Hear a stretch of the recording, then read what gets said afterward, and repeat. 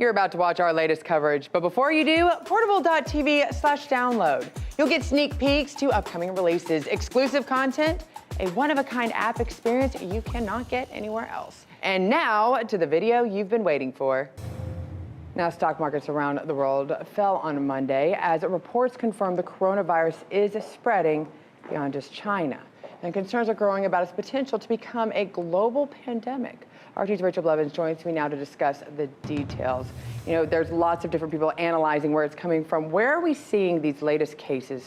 So we have this virus that started out in Wuhan, China, and it has now spread to more than 25 countries. And the latest cases that we're seeing are popping up around the world. So if we take a look at the map, in Europe specifically, Italy has been hit the hardest with 5 deaths and more than 200 confirmed cases. As a result, the quickly rising numbers, 10 towns in northern Italy were put on lockdown on Sunday in a move that will impact more than 50,000 people. Now, cases have also skyrocketed in South Korea, where health officials confirmed 231 new cases on Monday, bringing the total to 833 cases overall. More than half of those cases have been tied to a mega church in the country's 4th largest city, where officials believe a 61-year-old woman is responsible for infecting dozens during a service. Now, as a result, South Korea has changed its national threat level to a red alert, which allows the government to restrict domestic travel and public activities. And there are also a number of confirmed cases in the Middle East. Concerns are high for Iran right now, where the neighboring countries of Turkey,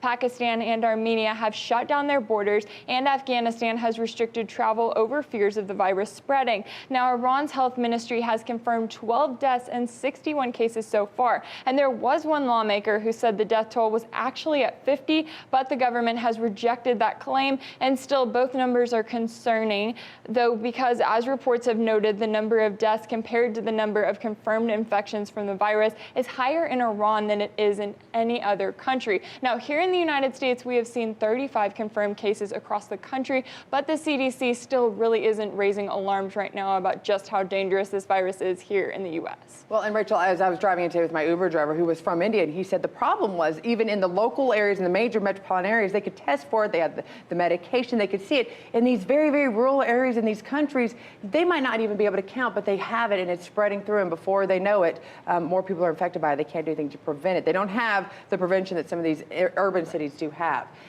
You know, we talk about the negative, and there's a lot of negative that has to do with coronavirus, obviously. But I want to know, have we seen any recoveries from this virus? Is it definitely a death sentence if you are diagnosed with coronavirus?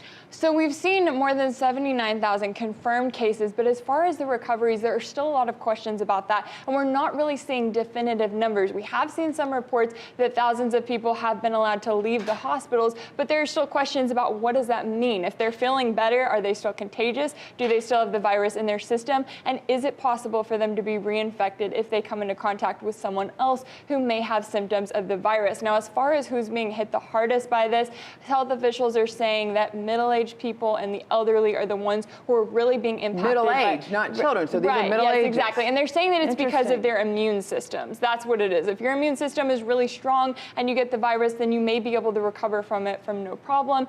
But a lot of those elderly people that may not have as strong immune systems are really struggling with it. Now, there is one important factor here that I think you will appreciate, which is that the Chinese Center for Disease Control and Prevention found that although men and women have been affected in roughly equal numbers, researchers found the death rate among men was 2.8% compared with 1.7% among women, because women have stronger immune systems. I'm not even going to make a joke about that because it's a very sad situation, but at this point it just shows keep washing your hands and keep your health up for a wide variety of reasons. Thank you, Rachel, for continuing to cover. Thank you.